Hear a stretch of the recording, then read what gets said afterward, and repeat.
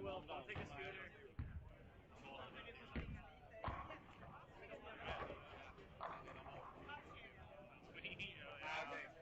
Inte riktigt, men det blir väl 13-14 timmar från här för mig. Skicka ett sms till honom med gästen Jag tror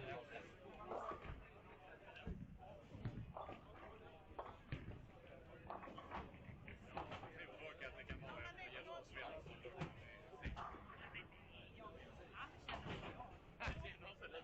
Det måste ju vara våran gäst. Här är det finns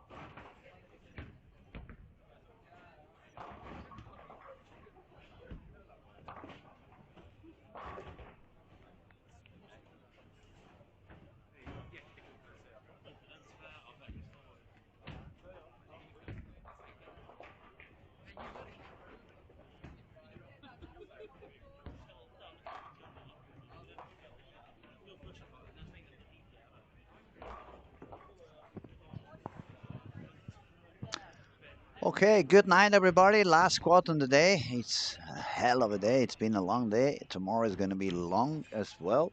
Actually, tomorrow we're going to start even a little sooner. First squat, 8 o'clock in the morning, Central European Time. That's going to be like 2 a.m. in Orlando or East Coast. 11 p.m. should be for those who are on the West Coast in the United States. We are live on Helsingborg, Sweden. PBA Swedish Stop Tour. This is a PBA official tournament, the only one happening outside the United States. And it's called the Storm Lucky Larsen's Masters 2025. Previous squad, unbelievable scoring, 244 over. Actually, the first series over 1400. Only Ethan Fury was doing quite good with couple of squads of 1380, 1390, but Trevor Jones, it was sorry, Trevor Roberts. Nah, I don't remember anymore. Too many names, but Trevor for sure. He did unbelievable. 244 over. He was superb bowling all the squad. He was doing really good. He was striking where no one else could do. Actually, the second highest score on that particular squad was 1270. So that tells you he was nearly 30 pins higher average than anyone else. That was freaking insane. We had some fun on the previous squad. We had Ryan Burns with us on the streaming. He was very fun talking to Ryan. He had a lot of, I think he had a lot of fun also talking with us, interacting with everybody on the chat. We were pretty lucky to have Walter Ray jumping in and giving us a little bit of his world-class view and perspective. People was able to ask him a few things. Walter was so kind to answer to every one of them. And now we are back in action. It's the last squad of the day. We have 9 bowlers above par at the moment. The leading one is Dan Agerbo from Denmark with a game of 252. Number 2 is Theo from France, 232. Then we find Klaas Hallström with 230. Dennis from Germany, 225. And then we have Tobias, Denmark, 210. Emil from Sweden, 207. Matthias, Denmark, 202. Lukas Bananen, 202. And Carl Eklund, 201. Second game, people doing okay. If you connect to the cameras on 17 and 18, 19 and 20, we can find Eric Jones on his way to shoot. If he strikes a couple more, he's going to make a 270 game for a total score of 469. Oh, was a little bit grippy, but oh, look at that. He's got the Brooklyn. And sometimes you need to have a little bit of luck. He's waving his hand to somebody in the crowd, so it was a happy shot for him. One more. He's going to be on 270 on this game. Let's see who else do we have on the lanes. We have some. I'm going to go lane by lane, so I'll let you know. Lane 1, 2, Nico Olsson, Maris Martin, Jarny Martinez, Victoria Johansson. Lanes 3 and 4, Yoshi, Kilian Jonsson, Carl Eklund, Thomas Kaiko. That's a good couple you may want to follow. Carl Eklund, super talented young kid from Sweden. Thomas Kaiko, Finnish guy, bowling on the PBA quite often. Then we have on lane 5 and 6, we find there Jamie Hickey from Gibraltar. He made all the way up to Sweden to make his debut on a big event. We wish him the best, obviously. Very humble, kind guy. Then we go to lane 6, Quentin Diro, Robin Phillip. Lane 7 and 8, that's another quite interesting pairing over there. We have Ernesto Reynoso from United States, super talented young kid. And Mario Del Gaudio, who has been doing quite okay during the whole week, fighting along. Lane 8, we can find Stelios and Cristian Azcona from Puerto Rico. All the way to lane 9, 10, we find Kevin V. Andersson, Svavar Gudjonsson, Kenzo, and also Dan on lane 10, Ostergaard. Lane 11 and 12, another PBA bowler, AJ Johnson on his way to shoot 237. He's just shooting the 12 frame. Let's see what he gets. Okay, he gets 8, so 235 for a total score of 427. Bowling with AJ, we have Matthias Ankerdal. Lane 12, we can find Thomas K. It's a little bit small for me from that far away. Let me wake up. Sorry, stand up. Tobias K. Bright, 248 for a total of 458. Bowling with Tobias, we have Jonas Tons. By taking a spare, it would go all the way to 200. Moving on, lanes 13 and 14, 15 and 16.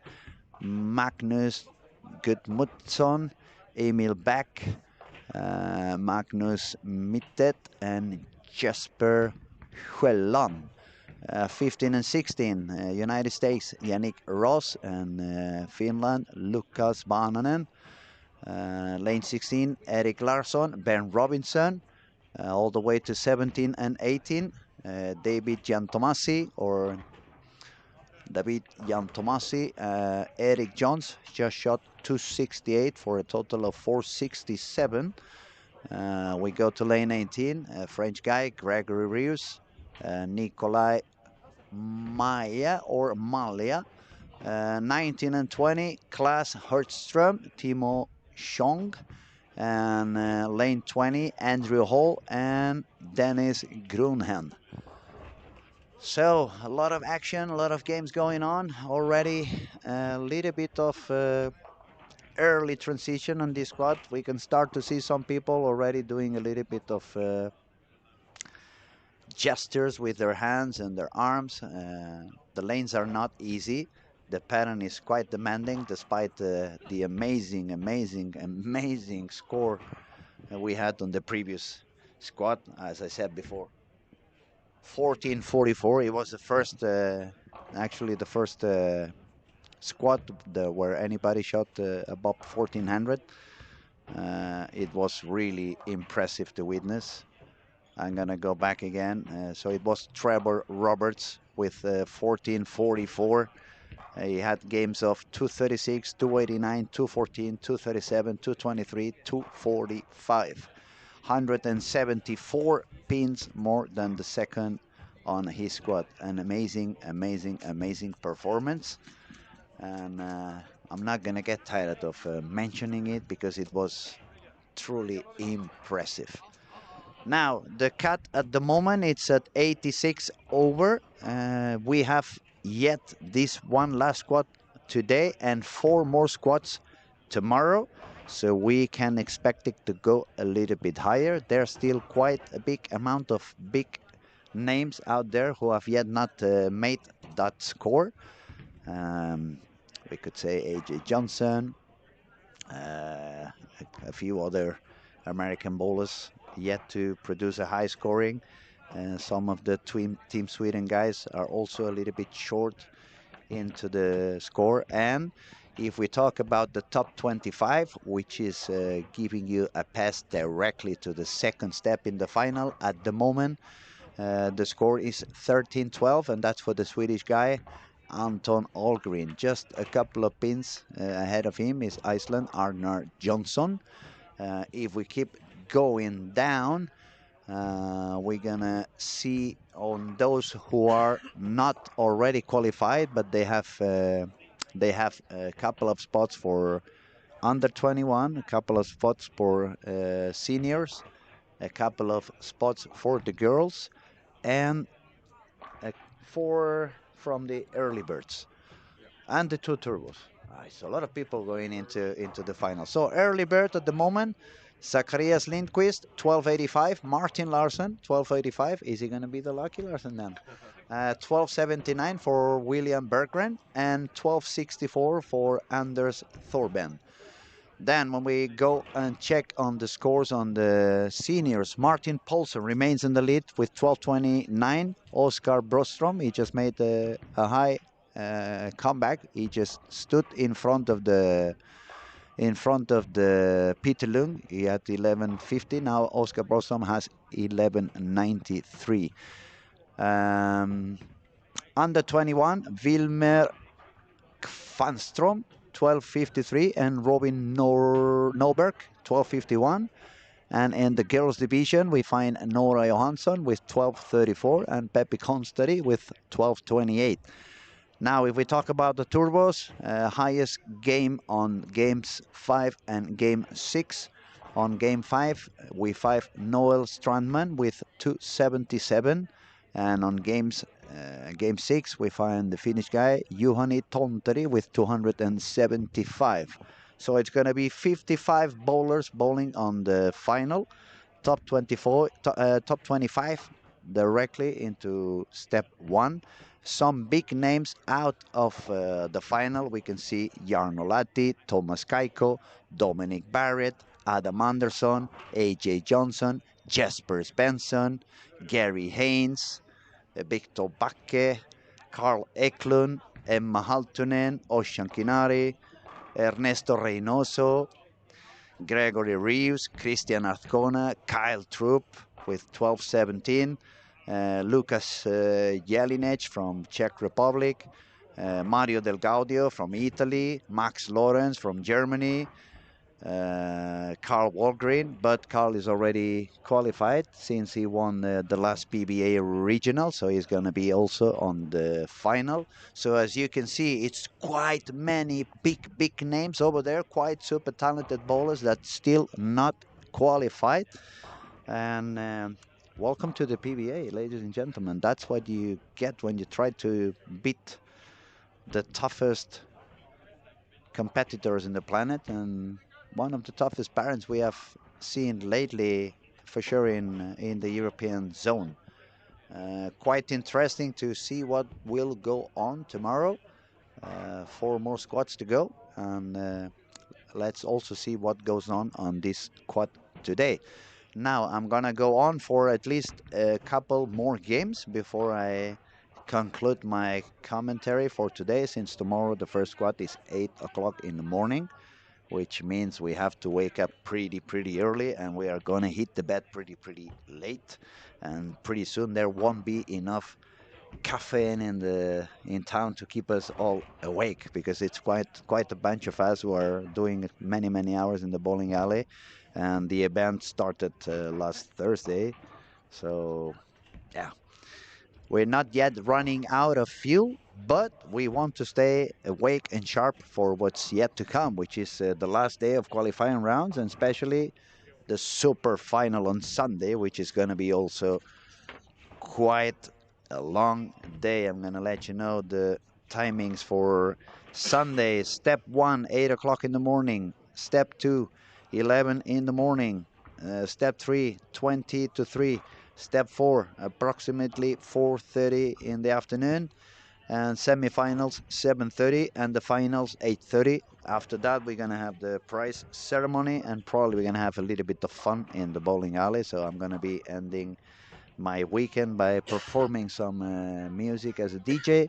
So yes, it's gonna be a long week. It's gonna be long time, and on Monday it's gonna be very hard to wake up and jump out of bed. It's not gonna be easy. Now, since I'm talking to all of you watching, I'm gonna kindly ask you to subscribe into our YouTube channel. That's gonna help us keep everything as it is at the moment, 100% free. It's gonna help the algorithm support the channel. It's gonna help YouTube support us a little bit more, and that way we can keep on going with this big idea of being able to show you the best bowling in the world absolutely for free wherever you are. I mean, we want to promote the sport, we want to make the sport bigger, and nothing is easier than showing it to everybody anywhere in the world. Uh, those who were not watching on the previous squad, we spent quite some time with Ryan Barnes on the streaming. It was really fun. Very amazing bowler, but especially such a wonderful kid. Linda and Chris did a wonderful job with Ryan, not only on the lanes but off the lanes. He had a lot of fun as well. He told me already that probably he's going to try to sneak out a little bit of time tomorrow to pass some time in the sitting by my side and do a little bit more of streaming. So make sure to come back tomorrow and don't leave us yet, but come back again tomorrow and follow all the action. Now, people starting game 3. So pretty soon we're gonna have a score update, and I'll let you know what goes on. I see 467 for Eric Jones. I see 476 for Dane A. Ostergaard. 458 for Tobias K. Bright. 414 for Lucas Baananen. No, that's already some score from this game. 427 for AJ Johnson.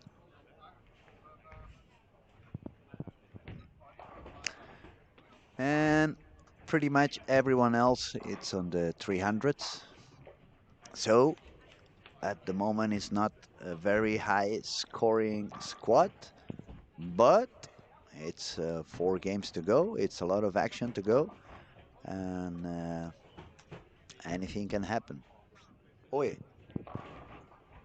Lane 3, Christian Azcona, he had some issues with approach. He got quite stuck over there, and it's exactly at the same spot where Oscar had some issues on the previous squad, on that separation between lane 1 and 2. For some reason, they seem to get a little bit stuck over there. See, he's checking on there, see what went on, see what happened. Yes, that's where you got stuck. Oh, exactly, in the line over there.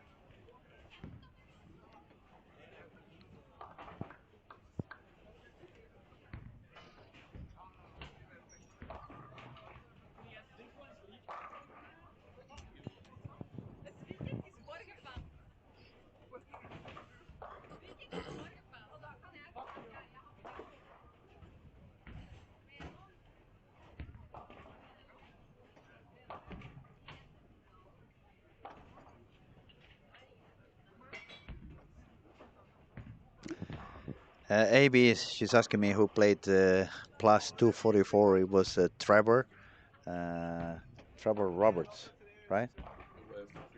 Yeah, yeah, Trevor Roberts. I keep forgetting his surname. It just for me, it's just Trevor because he's very kind to talk to.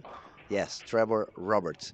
I'm gonna tell you his score again: 1444, 236, 289, 214, 237, 223, and 245. Number 2 and overall it's Ethan Fury with 1393.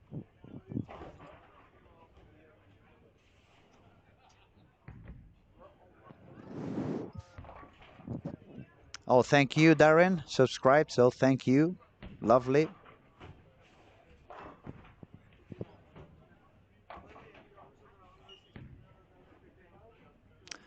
And here we have the scores for second game. At the moment, we have 9 people above par. Number 1, Dan Agerbo from Denmark, 476. Eric Jones, 467 with 268 on game 2. Number 3, Denmark, Tobias Bright with 458. Number 4, Klaas Hallstrom, 431. Number 5, Dennis from Germany, 430. Number 6, AJ Johnson, 427. Number 7, Lucas Baananen, 414. Number 8, Belgium, Kenzo Boig. Oh, that's not easy. Bogaerts, yeah, Bogaerts, 405. And number 9, Matthias Ankerdal with 401.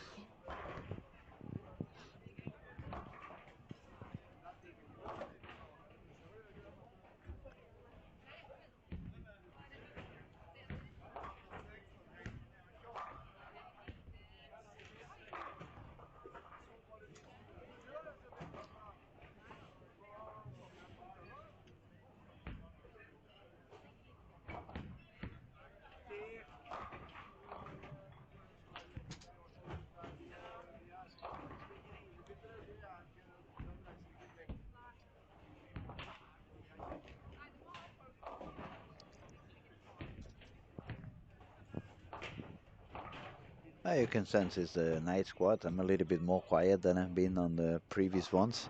But when you're talking for 13 hours, you tend to end up running short on words. So if you guys want to ask anything on the online chats or you want to do any comments, go ahead, be a part of the transmission, be a part of the show. And at the moment, I'm just watching around. I see some strike going on lanes 1 and 2. We have Robin Phillip with the front three. David Jan Tomasi started with an open frame, but now he made three strikes. Lanes 7 and 8, Tobias K. Bright, spare double, Jonas Dons, double, 9 spare. Well, I'm guessing he's going to take the spare. Yes, he does. Lanes 11 and 12, we find Mario Del Gaudio also, front two. And not many more doubles. Um, it's late at night. Many of these bowlers have been bowling all day long. Many have been bowling many squats. It's a little bit late for bowling when you have been in the bowling alley for many, many hours. So obviously it's not easy, and it's a combination of many factors. Energy going down, patience running low, tough pattern, and on the top of it, game 3 transition is really hitting the lanes at the moment. So you can see a lot of people with not the happiest body language.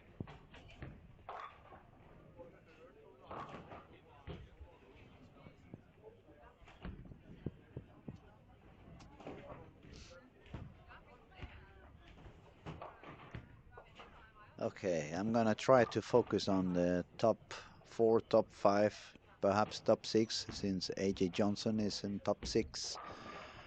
Um, let's see, Dan Agerbo, 476. Let me find Dan and let you know how he's doing. Dan Agerbo, where are you? Yes, Dan. No, yeah, Dan Agerbo Ostergaard. So he's bowling on lanes 3 and 4. Is number 2 on, no, sorry, lanes 5, 6 is number 2 on lane 5. He started with strike, strike, 7 spare, strike, so it's doing okay. Tobias K. Bright was also somewhere with quite a good score, and he starts with spare and 3 in a row. Eric Jones had 467. Let me find Eric.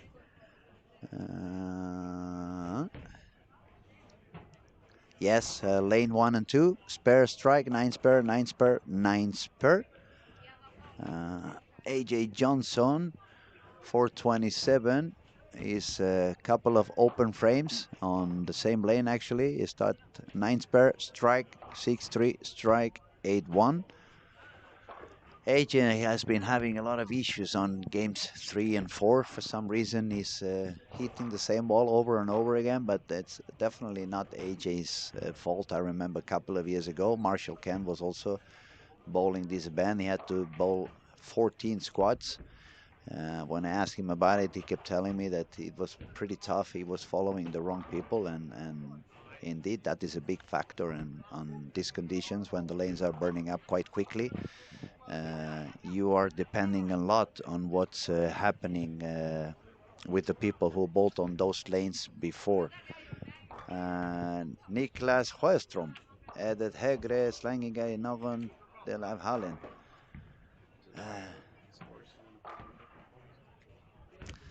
Not really. At the moment, lane 1, we have Robin Phillip with front 5. So if you connect on the cameras on lane 1 and 2, but it's very, very demanding. It's quite a difficult pattern. It's not easy for nobody. I haven't seen anybody feel. Actually, if I'm honest, even Trevor, after he shot 1444, when I made the short interview, he said to myself, I've been doing squats of 1050, 1050. I wasn't sure what was going to work. He had a different plan strategy, obviously, as we have been talking about all week. What's working best is to have a very, very weak wrist and lower your rep rate. You definitely don't want to keep your rep rate high. Uh, Obviously, you don't want any strong balls, no asymmetrical balls, no tacky cover stocks. You want something that's going to help you cross the lanes no matter what. And yeah, this is the things that happen. For example, Robin Phillip, front five, lane two, he just missed a little bit to the right on his shot, and he gets three in the corner. So that shows you what I mean. It doesn't really matter how good you're doing. If you lose your focus for just a tiny moment, it becomes really, really difficult. Matusweski is asking, do you think Jesper Svensson will make the finals tomorrow? It's a very good question. I mean, if we talk about talent, he should make it 100%. And I mean 100%. If we talk about accuracy, we should make it, we should believe he's going to make it also pretty much 99 out of 100 times. But, and here comes the big but with gigantic capital letters. Uh, Jesper has a very, very high rep rate. So if he puts the reactive on play, he has to move quite deep inside. Uh, it's not his most comfortable area of bowling, I would say. But when he tries to bowl with the IQ 78, which he obviously dominates pretty much everywhere, he has to bowl quite close to that penalty zone. So it's very, very difficult to make a prediction. I believe, obviously, in terms of talent, you can expect him to do. And it's one of the best guys under pressure. So he should be able to do it. But as we have seen with some other bowlers, Kyle Troop, AJ Johnson, I mean, we are talking of PBA winners, potential major winners as well, and they find themselves quite low.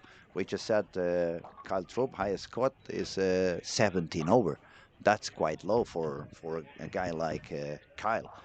Um, I believe it's quite many factors involved. So you need to find yourself like with a good start, so you don't get desperate too early.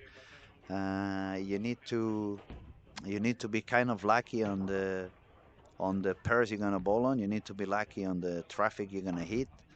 You need to be a little bit lucky when you make those couple of bad shots. Sometimes you make a really bad shot and you get a nine pair. Sometimes you just make a little bit of a bad shot and you get a big split. So it's really, really very difficult to say. We are in Sweden. This is his hometown. He's the defending champion. So let's say yes. Let's believe in it. Yeah, we have to believe. We have to stay positive. So hopefully Jesper is going to succeed tomorrow and is going to make enough to get into the final. Maybe he's going to put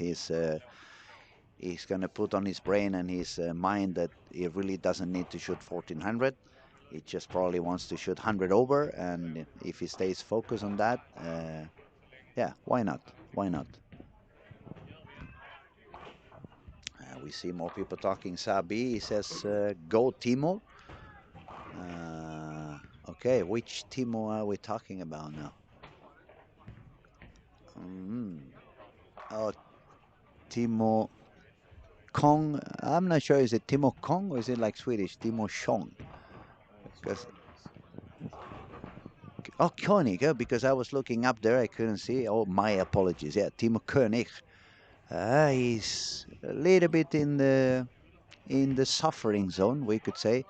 324 after two, and now he's got three open frames as well. So hopefully he recovers and at least he does a few higher games and he goes away tonight with a little bit of a better feeling and stays positive. He has to bowl again tomorrow. There's a lot of people on the waiting list. Let me tell you, there's a lot of people asking to bowl one more time. If we move the final to Monday, we probably would have full squads on Sunday as well. It's quite demanding. But if we do that, a lot of people's going to lose the flight. No, no, we cannot do it. It's just hypothetical, crazy ideas from the Spanish guy. So, okay, let's have a look. Who's going to do okay on this game? We have Tobias K. Bright with a spare and a four bagger and another spare. But as soon as I open my mouth, something bad happens. He just leaves the 4-6. Crazy how that works, yeah. Maybe I should go to bed. What do you guys think? Should I go to bed and stop jinxing everybody over here? Imagine now I go to bed and five of them make it into the final, and everybody's gonna keep me quiet for the rest of the day.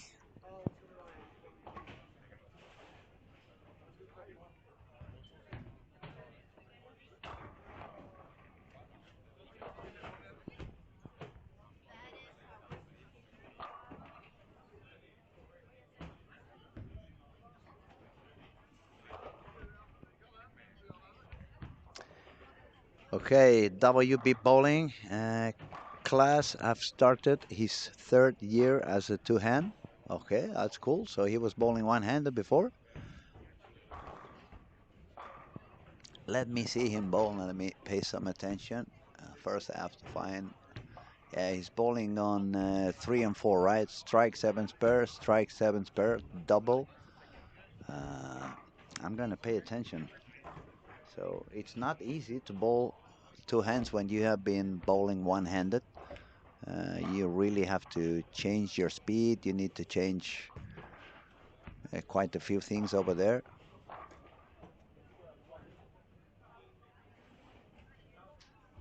That looked pretty good, I must say.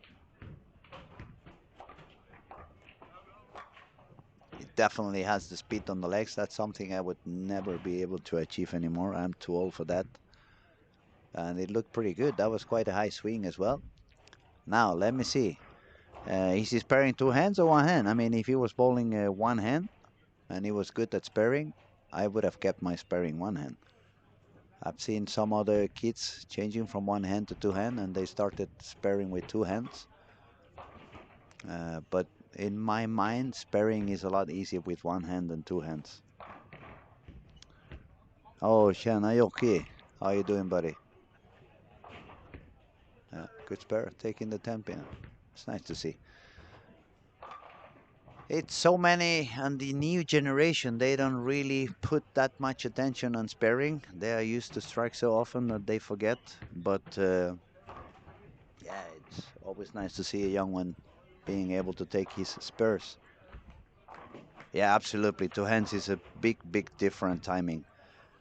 You need to run a lot more. You need to shorten up the approach, and obviously the swing is a lot shorter than when you bowl one hand. So we have a saying. I believe it's used in English as well. It's hard to teach tricks to an old dog. I'm a very old dog at the moment, so if I bowl more, I'm gonna have to carry on doing one hand. Uh, it's hard enough to bowl one hand to start bowling two hands.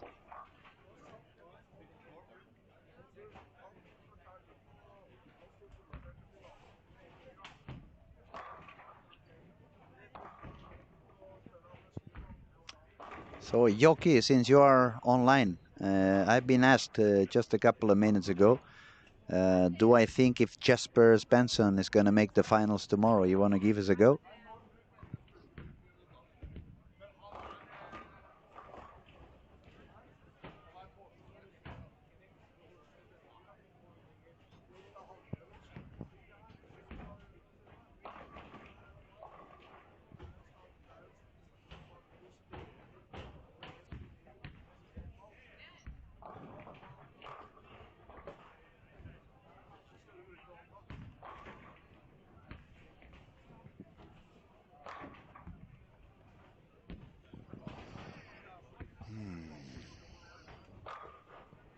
It's not that I'm too quiet. I'm just looking at the scores, trying to find out. I see a couple of guys doing some strikes, like Andrew Hall on lanes 15 and 16, 9 spare, double, split, 8 spare, triple.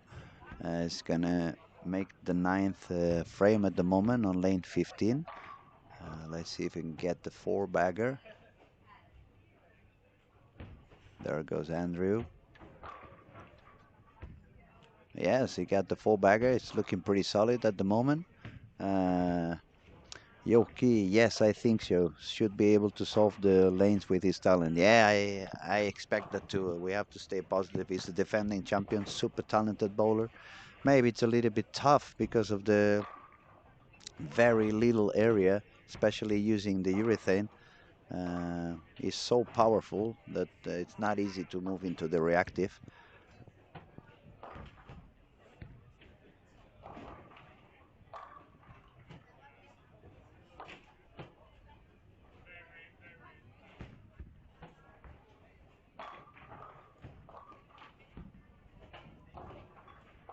Okay, unfortunately, we have bad news. I just been informed that Christian Azcona, when he got stuck on lane 3 with his foot, he had to withdraw. He had to stop bowling. He had some pain in the back, and let me say that that's not good news. I'm really sad about that. I've been suffering with a double hernia in my low back myself for the last year. That was actually the main reason why I couldn't make it into the Lucky Larsen last summer. I was in the middle of the rehab. My beloved mom was helping me stand up because I couldn't stand up by myself, even if my ex-boss didn't believe I was fucked up. But yes, I was. I've been fighting with the rehab for a full year. Since I'm online, just let you know I'm not working for Sweet Trade anymore, so you don't need to shop there again. And yeah, I had to get it out of my chest. It just quite convenient at the moment. No, but being serious, I feel sorry for Christian because it's never fun to feel the pain, and it's definitely not fun when you get injured in the middle of a competition. We're gonna hope it's nothing serious. We're gonna hope it's just some tension in the back with perhaps the muscles, but hopefully it's nothing bad, no hernias, no real big injuries, especially when you are so far away from your home. Uh, it must not be fun. Also, Sweden is quite serious on prescriptions and medication, so unless he gets seen by a real doctor, it's going to be hard for him to get even an anti-inflammatory. Uh, Fortunately, I'm not a doctor, but I have a lot of medicine with me due to my medical conditions. Also, they gave me quite a few pills before I came up here. So I'm gonna ask him if he needs some anti-inflammatory or some painkillers. I'm like a walking pharmacy, so I'll take care of Christian as soon as I'm done talking. Uh, let's see. You guys are talking to me, so let me read. Lobo to me, the main benefit of swapping to sparing two hands instead of keeping it one hand is that you don't split your practice. I swapped to two hands 3 years ago, but kept one hand sparing for another year. Okay, so that means you now spare with two hands. Lobo to me, let me know. Um, one of the beginners of the two-handed revolution is Oscar Palermo. He bowls two hands, but he spares one hand. And Oscar is quite good at sparing, I would say. Um, Matt Jacks, yeah, what just happened to Christian Ascona? I just been trying to explain that he got stuck on the approach. He's bowling quite deep inside. It's not the first time I see somebody getting stuck between lanes 2 and 3. I'm pretty sure the staff are gonna really look into that tonight to make sure nothing happens again. Uh, Hopefully, it's gonna be something quick, a speedy recovery, perhaps a good night's sleep and a warm bath can relax his muscles, and Christian's gonna do better tomorrow. Joke thing, actually, Christian Jonas did awesome with this pattern this year, and happy to see the 78D roll during the World Cup. This center is purple, as you know. This is bowling. Hope more will follow. Yes, I agree with you 100%. I would even say 10,000%. I believe when I'm going to be like that. You know, I'm very honest with my opinions. I hide nothing. I just say what comes out of the bottom of my heart. I believe when I criticize the young kids today, especially their their lack of consistency on the sparring game. We see the young kids today missing a lot of single pins, especially in Europe. Two-handed bowlers, which is I would say 75% of the young bowlers. But I really don't blame them. I blame it on the circumstances. I blame it on the bowling they are forced to bowl on. Um, we don't see that many tough patterns anymore. We see pretty much the same type of conditions all over Europe over and over again. A lot of easy patterns, a lot of easy friction on the outside. We are tired of seeing these young bowlers grabbing urethane and just giving a lot of surface to it and just make it go harder and harder and harder. And they make 8, 9 strikes per game. So why would they worry if they miss one spare? They keep shooting 240. So I believe if we want to give them a better opportunity in the near future, if we want this younger generation to succeed, we definitely need them to bowl more patterns like the one we are bowling this week. We definitely want to put them into challenge. We want them to start learning to do more things than just grip the ball and give more reps and more speed. We want them to learn the same and master the same things we learned back in the day. Different hand positions, different not only roll forward and roll sideways, but be able to become weaker with the hand, let go of the ball a little sooner so you don't produce that many rep rate, grip it a little bit less, use the small fingers a little bit less so you don't give that many reps. Uh, Learn to bowl a little bit slower. It's so many things you can do in bowling, and perhaps I'm from a time where we had just a couple of balls and we were forced to do so many more things with just one or two balls. And now you just go to the bag and grab another one. But especially, as I said, we have seen so many events where the purple hammer is dominating and everything is about surface and hit it harder and surface and hit it harder. And oh my God, this is not. It's one of the things I've been telling down there in Barcelona and in Spain. What's going to happen if 5 years from now they suddenly decide to ban all those balls? This younger generation, they are not so patient. They spend a lot of time in the phone. They are used to this hyperactive uh, hyperactivity every hour, and we demand them to bowl for 6 hours. But if they do 240, 240, 240, they get used to that. As soon as they start bowling 180, 180, 180, and you don't let them use that ball, half of them are gonna retire. They're gonna be tired. They're gonna say, hey, you know what? I'm gonna go do something else. I'm gonna go scroll my phone. Or, so I agree with you. We need more of these tough patterns. We need more of these puzzles to solve. And I'm sure maybe they will struggle for 3 or 6 months, but the sooner the better.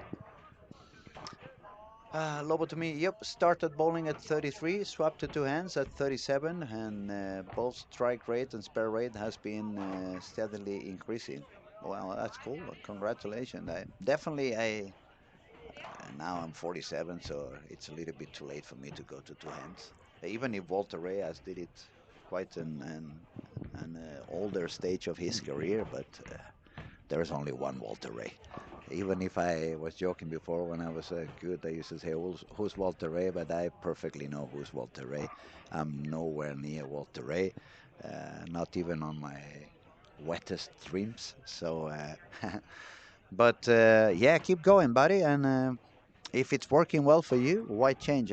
That's one of the things I tell my students all around the world, even those who I coach online and they are far away from Spain. Um, if there is something you do well, don't change it. You can add other tools into your game. You can learn different tricks. But if something is changing and you really feel like you master it, keep going. Uh, Now, Yoki, no purple. This pattern would have been purple fest if they were able to throw it. Yeah, kanske, maybe. Actually, the purple, it hooks almost from anywhere, so it doesn't really matter if you have to bolt that deep inside. It would probably work. And the benefit also is that the purple would have pushed the oil a little bit further down, so it would have created perhaps a little bit more of hole, so that would have also increased the scoring pace. I think that would have happened. What else do you tell me? I think two hands will dominate even more with reactive, like Jason did on PBA. It could be. It could be. I mean, Jason is also one of a kind, but we can see quite a few two-handed bowlers over there that are really, really good with reactive bowls, like Anthony Simonsen, Kyle Trapp, Ethan Fury. I mean, we see quite a few that can do pretty much. Ryan, obviously, if I don't mention Ryan, is not going to come back tomorrow. I'm just focusing on our basketball match. That's why I don't want to get him too happy. Otherwise, it's going to be a soft match, and we don't want to see that. We want to use the availables, and so you can say I'm too fat and old. I'm not that fat. I'm pretty skinny myself, but definitely too old. Um, I can shoot two hands, obviously, because I understand. I've been coaching for many, many years. I understand the timing. It's quite easy for me to change 4 steps, 5 steps, 6 steps, 3 steps. So the fact that I use two hands sometimes for explaining something to any of my students in terms of timing, obviously I can do it, but I have no speed. I have no speed, and when I try to speed up my legs to create some decent speed as a two-hander, I can see. I perhaps if I would practice a lot, but I don't think my couple of hernias would be very happy on me practicing a lot, especially two-handers. Would require a little bit more of upper body movement, and maybe next life I bowl two hands. Maybe next life I keep my hair longer for a few more years than I did on this one, and but we can enjoy what the new generation is doing, and hopefully it's more of us who can start to do a little bit of force. Perhaps we should start doing a little bit of movement online to try to shake the chairs of those people in the committees who make such debatable decisions, to be polite.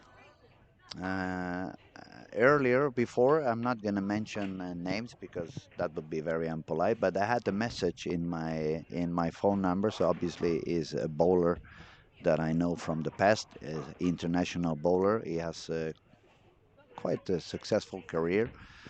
He was mentioning that he believes that the reason why European Federation has not forbidden the use of soft urethane due to the big amount of bowling balls they have been selling in the last few months. Well, I would say quite a few years, but they were kind of scared of what would happen if they. Okay, let's talk clear. We can talk clear. What would happen if they forbid the use of the purple hammer in Europe when they have been selling? For example, in Spain, we have maybe 5,000 bowlers, and real bowlers with licenses, maybe it's 2,000, and they sold maybe 500 purple hammers just in the last 6 months. So what would happen if all that people who just bought that ball, they tell them all of a sudden, no, this ball you cannot use anymore. Um, but I don't know. If you ask me, what they decided in Norway to just say, okay, European Federation, you can do whatever you want. We're gonna stick to our rule. That's very brave, and it proves how much they care about their children, how much they want them to perform well and to keep learning and improving. So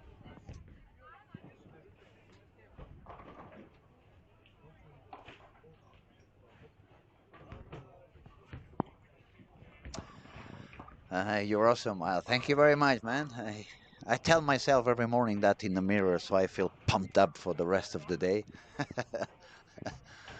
um, We are on game three. It's so interesting everything we are talking about that I forgot to keep checking on the scores. We're gonna refresh pretty soon, and I'll let you know how is everything is going. In the meantime, I'm going to keep on answering. It seemed like speed is very dependent on personal biomechanics, and it's limited how much training can change it. I play with some that cannot get it above 25 kilometers per hour, and I can barely get it under 24. Uh, I guess speed is a little bit of a I wouldn't say energy. I would say it's a combination on the energy you have in the body, the flexibility you have in the body. When I was a little bit younger, it was very easy for me to generate a lot of seed.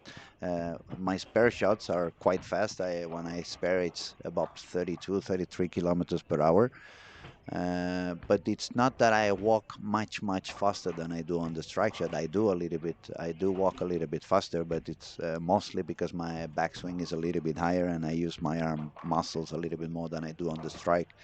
Where I mostly try to let gravity take control of the ball. I let the ball move my arm on the strike shot instead of me moving the ball. That helps me be a lot more consistent on my aiming. But uh,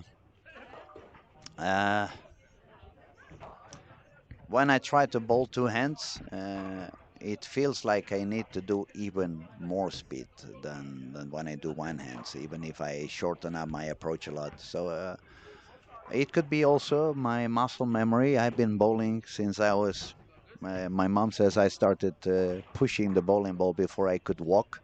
So probably my muscle memory is too deep in the brain, and as soon as I try to aim, even if it's shooting two hands and I try to go a little bit faster, I simply cannot do it. Um, that's me and Ulf who did that in Norway. Oh, it makes a lot of sense. It makes a lot of sense. By the way, uh, next time you talk to Ulf, give him a huge hug from me. It's been ages I haven't seen him, and I only have beautiful memories about Ulfe. He was so kind to me when I was a baby boy. He was actually made, I could say, the most comfortable grip I ever had in my hand in a bowling ball. It was by Ulfe when he was working back in Frölunda Bowling in Göteborg at Mats Carlson Pro Shop, and he has always been so kind, uh, super talented, super smart person. Uh, I learn a lot from him, definitely. So please give him a super big hug from me. Lobo to me says it will be interesting to see how the 78D rule will be in Norway. I was about 90% purple 2 seasons ago, and I probably be 20% less urethane this season based on the look so far. I believe he meant it was, and it just skipped the T over there. It will be a lot of black hammers for some games, but after that, things will happen. Oh, thank you, buddy. Yeah, he's super smart, super kind, and I certainly hope we get the chance to meet again soon. It would be very fun to talk some bowling with him again. I always enjoyed a lot our bowling conversations. Ulfe is one of those people I will respect for the rest of my life, and I will be always be hungry to speak bowling with him and see the perspective of the game, see how he sees the game at the moment. So yeah, hopefully I can cross paths with him pretty soon.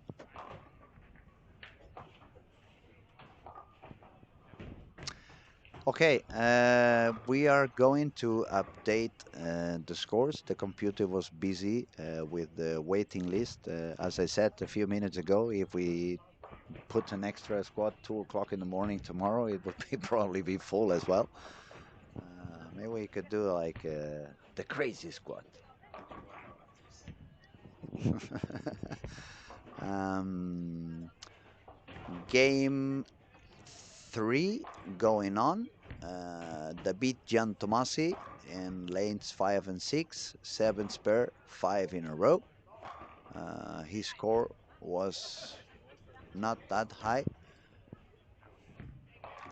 Ben Robinson on 7 and 8, front 4, and now a 9.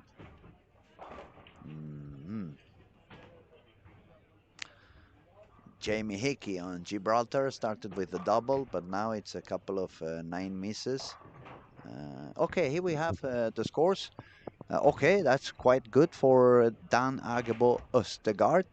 705, 252, 224, 229. That's pretty decent. Tobias Bright from Denmark as well, 671, 210, 248, 213. United States, Eric Jones, 667, 199, 268, 200. Well, he made 199 and 200. Now it's time for the 260 again, if it goes on that pace. He would be very happy if that would happen. Let me find Eric, just out of curiosity, because they are somewhere in the 4 or 5 frame. Eric Jones, I'm not going to say anything. Let's go for the next one on the list. Claes Hellström from Sweden, 644. Fifth position, AJ Johnson, 631. Andrew Hall, 616. Dennis Grunheit from Germany, 610. And Belgium, Kenzo Bogart with 603. Couple of young, talented guys right behind. Finland, Lucas Bananen, 598. Carl Eklund from Sweden, 589. A little bit lower than that, we find from Germany, Robin Phillips, 31 under, but at the moment he's got front 5 on lanes 17 and 18. On his same pair, we find Svavar Gudjonsson, double, 9 pair double.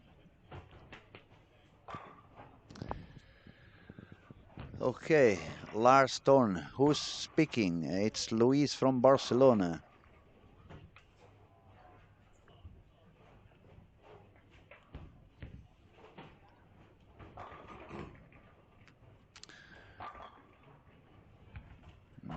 Get here in Hackforce again, and we will visit him together. Yeah, that would be something. Actually, that would be quite fun. I have to go down to Barcelona because of the next doctor appointment, but I would put it on my calendar. It would be very fun to spend some time with Ulf. Maybe he can teach me how to bowl to hands. It's never too late for. If I put myself in the hands of Ulfe, I believe I can do anything. So why not? Why not? Nick Reynolds, what happened to rubber balls? What do you mean? What happened? Why are they not in play on this event, or why are they getting banished in some federations and some others not? Well, rubber balls. Maybe he's talking about the 70s, 80s. There was because the next Lobo said they smell horrible. I remember when I was 13, 14, the first ball I ever drilled back in Barcelona, it was a ball that smelled really, really, really bad. It felt like you were doing something toxic. It's true story. The ball that when you were drilling that ball, and the dust, the dark dust, it was coming out of it. It would keep your hands like dark for a couple of days. Maybe he's referring to those older rubber balls. I'll leave that one to Yoki. You can answer that one. Okay, lane 17 and 18. Robin Phillips, front 6. Not good, not bad. I was going to say not good. No, yeah, very good actually. Not bad.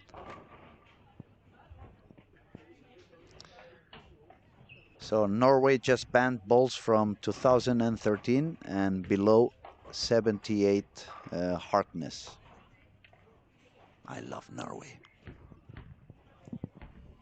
And they say you only have good salmon. No, you have a lot more than good salmon. The only thing the only thing I did not like about Norway, it was actually when I was living in Mora. Every time it blew, the air was blowing from Norway, I was freezing my balls like crazy. That was the only thing I really did not like from Norway. Oh, now we have the real man, the real boss in the bowling alley, Mr. Thomas Carlson. He's the best fucking chef in town. He's making my stomach fall in love. He keeps my stomach not only busy but happy. So it's we have people from all over the world, Thomas. So maybe they will call you from Hard Rock, Melbourne, or from the Caesar Palace at Las Vegas. You never know. So, but you have to come down to Barcelona. So whatever you do after Barcelona, it's up to you. But first is Barcelona. I really love you, guy. You're the best.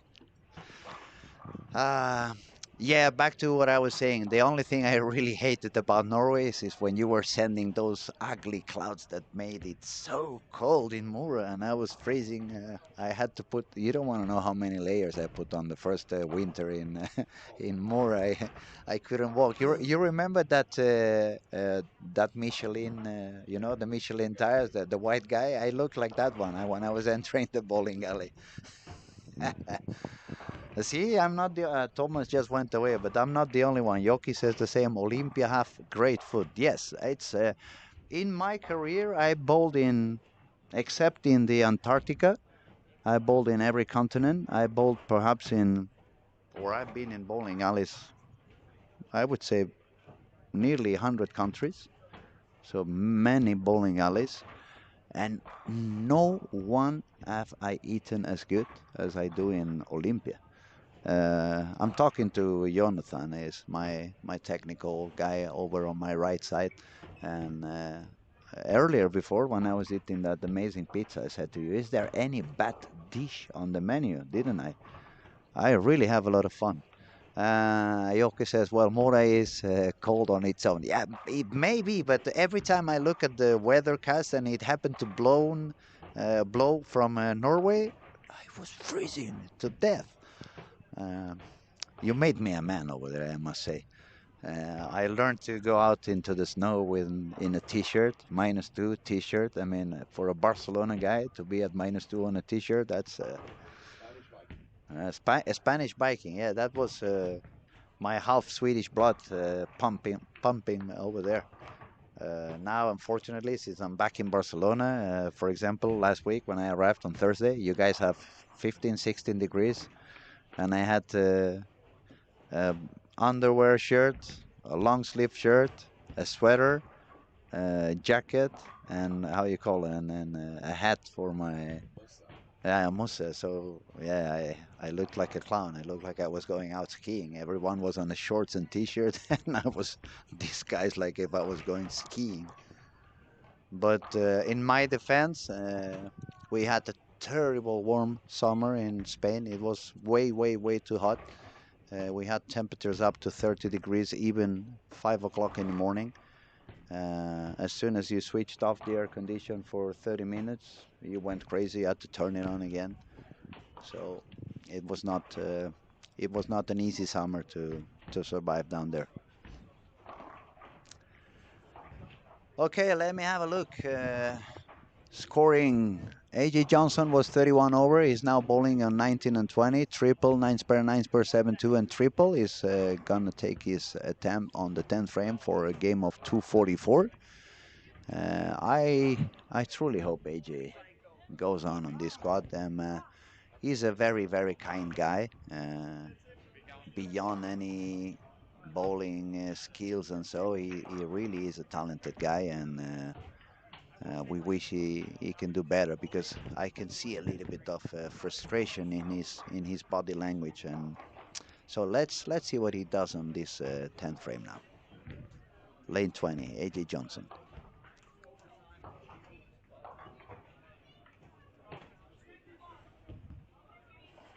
I look good. Oh, solid 10, and that was a really good shot. Yoki says, "Well, I think Sweden is called for most from Barcelona. Go to Daniel in Boden." Well, no, I'm not gonna go there. That's not even an option. That only the Penguins should be up there. You know, where Daniel, yeah, FIFA. Oh, no, no. He said they had 30 this year. That's but no global warming. Yeah. You go to the Penguin Land and they have 30 plus, and but no global warming. They have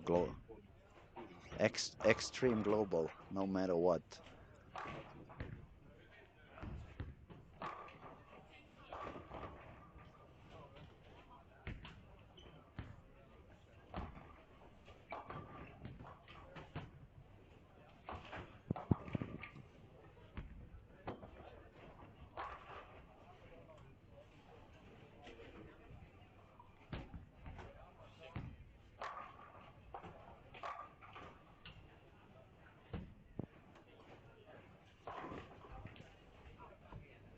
Lobo to me is telling me, Luis, the finals of Norwegian Open is next weekend, and Ulfe is likely to be there, along with a bunch of Swedes that bowl well. Carl Eklund, Martin Larsen, Nora, Torre. Oh, Torre again. I haven't seen Torre for quite a while as well. That would be a lot of fun.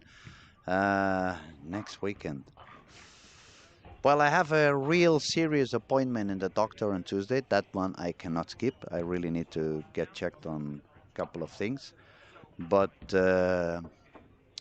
if everything goes well, I may think about it and give myself a happy celebration and just go up there. Uh, Matusevsky, how come you lived in Mora? Uh, they hired me to be the coach for the team over there. My beloved big brother that unfortunately left us a couple of years ago, Thomas Leandersson, he was coaching the team. But they had the dream to make it into the elite series in Sweden, which is the highest category in the national bowling league in Sweden. But Thomas, as a big name as he was busy with the pro shop and he had to attend a lot of coaching. And I had already been in Mura doing a few camps, a couple of summers. So they offered me that spot of becoming the head coach uh, and to bowl for them. And Thomas was supposed to come once a month to kind of become the supervisor in a way, but unfortunately Thomas got sick with that brain tumor, and I had to do everything by myself. Uh, it was a very very wonderful time up there. They treat me so good. I made a bunch of friends. I still in touch with pretty much most of them. From the youngest ones to the oldest ones, it was a wonderful experience in my life. But on the other hand, the sad part of it is we lost Thomas, and it was quite sad over there. It was a big hole in my heart. On the positive side, if I had been in Barcelona, it would have been a lot harder to spend time with Thomas on that final year. The positive side is I could be by his side until the very end, and I tried to fulfill his dream to get Mura into the elite series, but then situation uh, they lost a couple of sponsors. It wasn't that easy to spend the money on having a coach there, and and I had to move back to Barcelona. But it's a city. It's gonna remain forever in my heart. There's a lot of talented kids over there, a lot of nice people, very, very nice people, very kind and very friendly. So, and they have, if you guys like skiing, they have what they call the Bassalopet. It's the town is about 20,000 people living in there. Excuse me. Oh yeah, was about to sneeze. My apologies. They have about 20,000 people living in Mora. That's the population, and 1 week per year they have that Bassalopet, which actually is a skiing long race of 90 kilometers. I learned on a documentary later on when I went back to Barcelona that those 90 kilometers they mimic the route that the first Swedish king was doing running away from Norway or something similar to that. But they there is like 90,000 people attending that race, and that city becomes not hectic, but it feels like the Fifth Avenue on New York on a busy day. It happened 1 week a year, the Pasalopet, but it was unbelievable, and they are skiing in the middle of the town, and you can see so many people. It goes crazy. Okay, let's see. I have a Spanish message over here. Oscar, hola Luis, espero verte la semana que viene entrenando. Muy interesante lo que comentas, lo haces muy bien. Un abrazo, gracias Oscar, un abrazo grandote. Espero que estéis súper bien. Ya veis que es muy interesante todo lo que sucede en este torneo y espero que el año que viene más de uno os apuntéis vengáis a vivir la experiencia porque es algo único. I'm gonna translate for everyone else. I was saying hello to a friend back in Spain. He says he's hoping to see me training next week. He says it's very interesting everything we're talking about. Says I do it very well and sends me a hack. Obviously, you can see he's a friend of mine. He's only talking good about me, nothing bad. Um, I'm not sure I'm going to be training next week. As I said before, on Tuesday I have an important meeting with the doctor. But I'm really getting hungry to go back into the lanes after these days up here in Sweden, watching it. So many of my older friends. I miss being on the lanes with them, and also getting inspired by the younger ones. So hopefully. The doctor is going to give me good news. I'm going to be healthy. I'm going to be able to bowl pretty soon.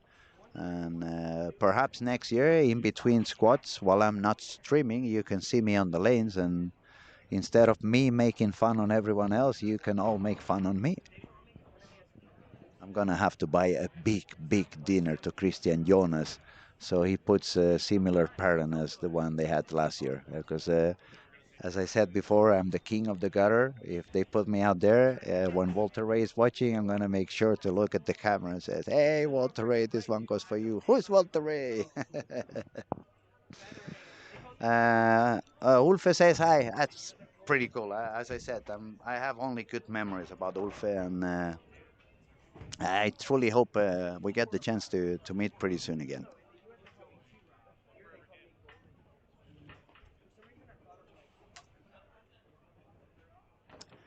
Game 4 is over. We are about to start on game 5. I remember I said I was not going to go that long, but this is getting very fun. It's a lot of people talking and on the online, so I'm gonna keep on going.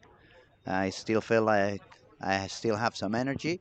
So in about 1 minute or 2 minutes maximum, we're gonna get the scores updated, and I'm gonna let you know how is everything going. Oh, funkar inte. Oh, it has to be done manual before they bowl. Mm. Was it very serious what he got? He said he stretches his back, so I'm not sure. Okay. He was walking. Mm. Well, if he's walking, it shouldn't be that bad. While you guys were outside, I just said I know how tough it is to get a prescription here. But if you need some painkiller or something like that, I have some. Unfortunately, I'm a walk-in pharmacy. He's good. He's better than me.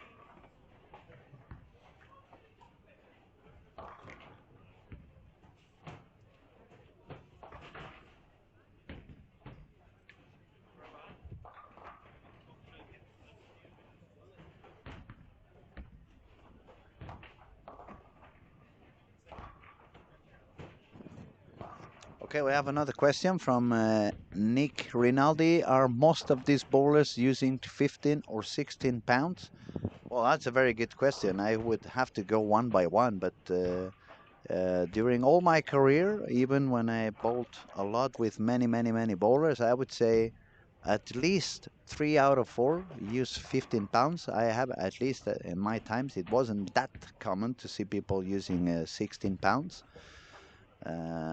There is some people that is switching weights from time to time. I had the knowledge of some of them doing that, bowling both 15 and 16. I know some people bowling 15 and 14. Maybe Yoke, because Yoke, you are more active at the moment. You probably know if the younger ones are any. It should be 15 nowadays, right? Yeah, I believe so. I would say the majority of the bowlers are probably using 15.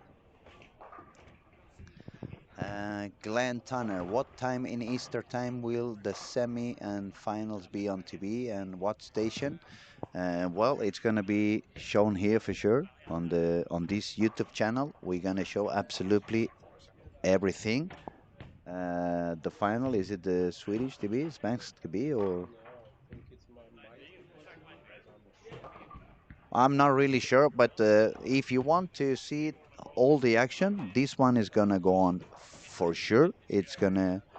We're gonna show absolutely every single frame of the event, and about times I'm gonna let you know.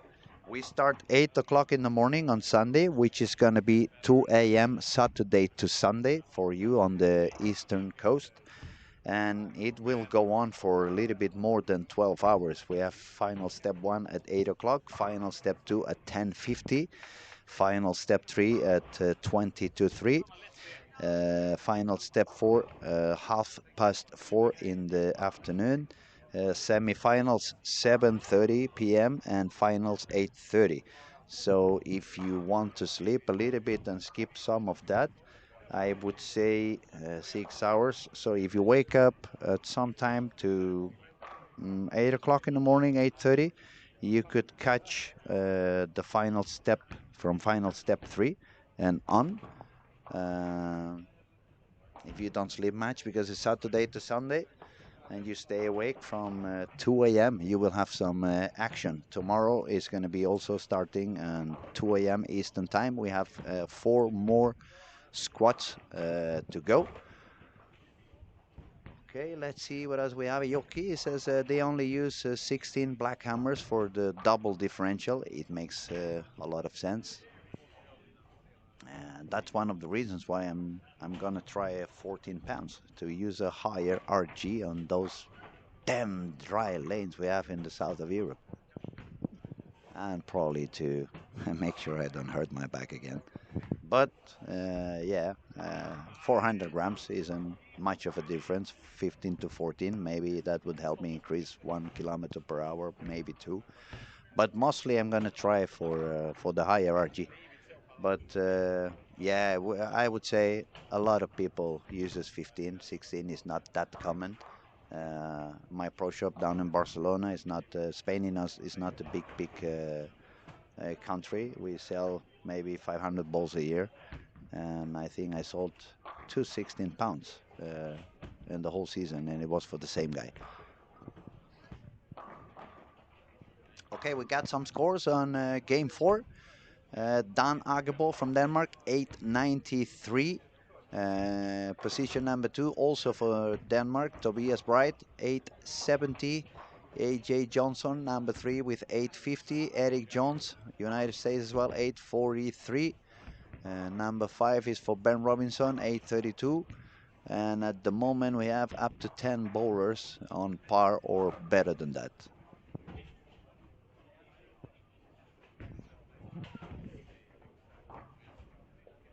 Yeah, I'm hoping that 14 pounds is going to help me solve a few of the problems down there. Number one, a little bit less pressure on the couple of low hernias I have. Uh, small changes sometimes make a big difference. So I'm hoping that's going to be number one. Number two, probably gain 1 or 2 kilometers per hour, perhaps.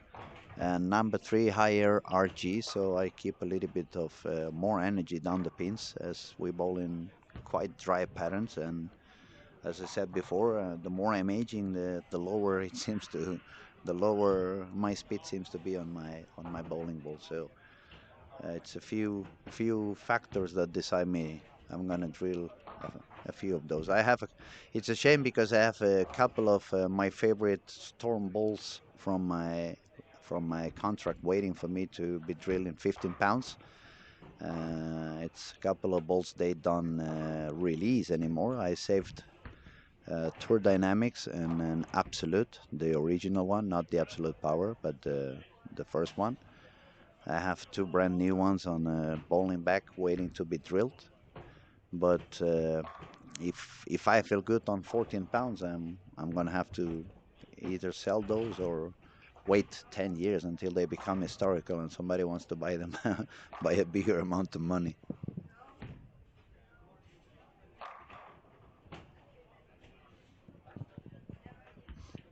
Yeah, speeds on the lane, it's slow down less on the lane. Yeah, and that would be very beneficial for me down there. So I'll keep you posted as soon as I give it a try. I'll let you know how it works. If my body responds well and I start to bowl a little bit more often, I'm gonna make sure to show up a little bit more often in Scandinavia. I'm gonna have a little bit of a easier schedule. I'm gonna be my own boss from now on. So I'm gonna decide whatever I do, when I go up, when I get down. Glenn Tanner, I get up 5 a.m. Thank you. Absolutely a pleasure to help you, buddy. It's going to be fun to have you online with us. Any other questions you guys want to do? Go ahead.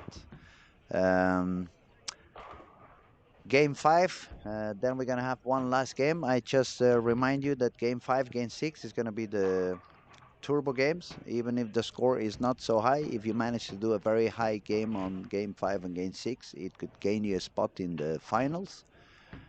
Top scores on turbo are now above 277, so it needs to go all the way to 279 or maybe even more than that, a 280 game. The current cut for the finals is 86 over, which means that the two Danish guys have a fair chance to overcome that. Even if the last game wasn't the highest for them, Dan Agebo shot 188 and Tobias shot 199. Tobias now bowling in lane 19 and 20. He has an open frame, a spare, and a double. And Dan is now bowling on, let's see if I can find them, 17 and 18. So actually they are on the same camera. The two Danish guys on the lead at the moment are bowling on lane 17, 18, 19, and 20. Dan had an open frame and double. And Tobias just chopped the 4-7, chopped the 4. So it's on 85 on frame number 5, so 15 below par.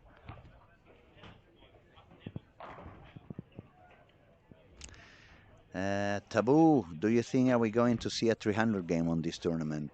It was pretty close on the previous cut, 289, but wow, this time is, I don't think so. To be honest, I don't think we're going to see a 300 game. Even the quality of the bowlers, it's superb. The pattern is very demanding, and mostly the changes are happening so fast. We had been having quite a few PBA bowlers on the streaming with us. We had Andrew Anderson, we had Frankie Lavoie, we had Ryan Barnes, we had a few bowlers of Team Sweden also with gold medals in World Championships. So people who really understand the game and they are professionals about this game. And that was the same. That was the same thing. All kept repeating is that all of a sudden the lane changes so quickly. You don't want to move like 2 boards. You have to move 4 or 5 boards, and you need to do drastic movements. So I don't know. Maybe we have the luck to see one or two of them. I'm usually optimistic, but we had a stat from earlier today. It said 4,620 games played so far. No 300s, no 290s, and just one game of 289. It can happen, but we will see. Yoki is positive. He says, yes, we will at least two. So maybe I'm going to lose another bet. Already, I'm going to lose the, the prediction to the cut. I was super optimistic. I said 150 over, but that was day one of competition. As the game went on and I saw how quickly the transition was becoming, how quickly the lanes were burning out, I wanted to change my mind, even if I didn't change that score. But I guess now I'm going on the opposite way. Now instead of being super optimistic about the 300s, I don't find it that easy to happen.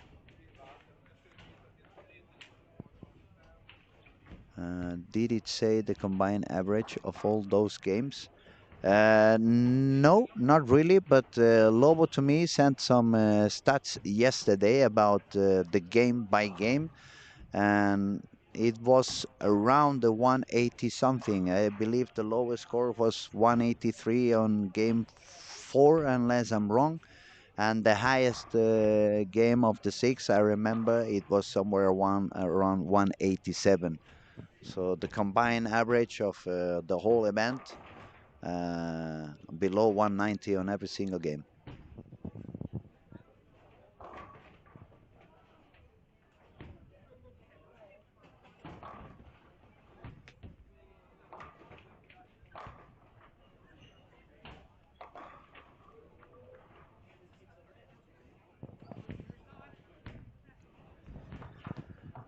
So now 20 minutes over 11 p.m.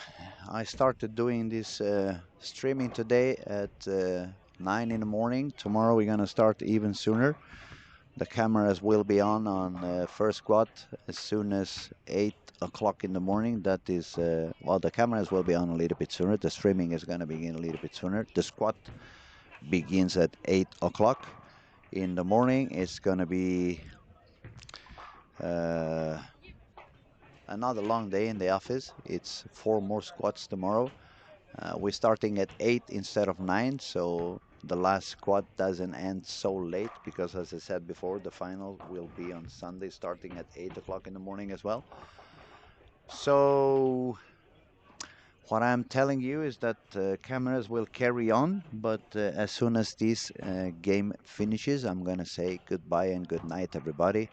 I need to go home, take a hot shower, have a little bit of food, take my medication, and have a little bit of a rest because it's 2 more long days to go, and I want to keep my energy high. I want to thank again everybody who is watching online and communicating with us. Everything is a lot funnier when you guys are being part of the show. Oh, I see there's one more question by Jort van Weeren. And I guess the highest game was game one. Oh, now you got me there. I really don't remember. Lobo to me is telling us that from the first 22 squats, the average was 185.2. Um, yeah, 3 more frames for some of the guys, 4 or 5 people who's doing okay. We have Andrew Hall with a double and a triple. We have Yannick Ross with a double and a triple, both of them on lanes 7 and 8. Our 2 leaders, as we said before, they are bowling on 17, 18, and 19 and 20. Dan Osegard, open frame triple, 7 spare split. And Tobias, open frame spare double, open frame spare strike. AJ Johnson was sitting with 50 over. Let me see where AJ is and how is it doing. I've lost AJ. And that's why I was telling you guys, I think it's time for me to go to bed. I don't see anymore. Yeah, AJ Johnson, lanes 3 and 4. Spare strike, spare, double. He's still alive, he's still fighting, and I'm gonna root for him. And even if I say I would like to go to bed early, I think my bowling love is gonna make me open the laptop as soon as I get out of the shower and see what the guys did at the end of the squad. Um, but I'm gonna say goodbye now. I think it's time for me to go and hit the bed one more time. Thank you everybody who's been there. We ask you to subscribe to our YouTube channel if you're not subscribed already. It's 100% free. It costs absolutely nothing. And the reason why we are asking you quite often is because the more you are subscribed, the better the algorithm is going to treat us, and it's a lot easier to keep the content 100% free. It's not only about this PBA event, but we will keep broadcasting a lot of stuff during the season. Every single PBA regional is going to be shown on this channel, PBA Regional Sweden. They will show a little bit of Swedish league. You see, I'm gone already. The Red Bull is down on the ankles. But thank you, everybody. Thank you for being so cooperative and talking with us. I truly appreciate everybody who's been talking to us. Yoke, good night. Good night, everybody. Buenas noches. Bonsoir. Bonne nuit. And I'll be back in the morning, hopefully a little bit more fresh than I am now. Enjoy the rest of the day. And one last time, thank you. Good night, people.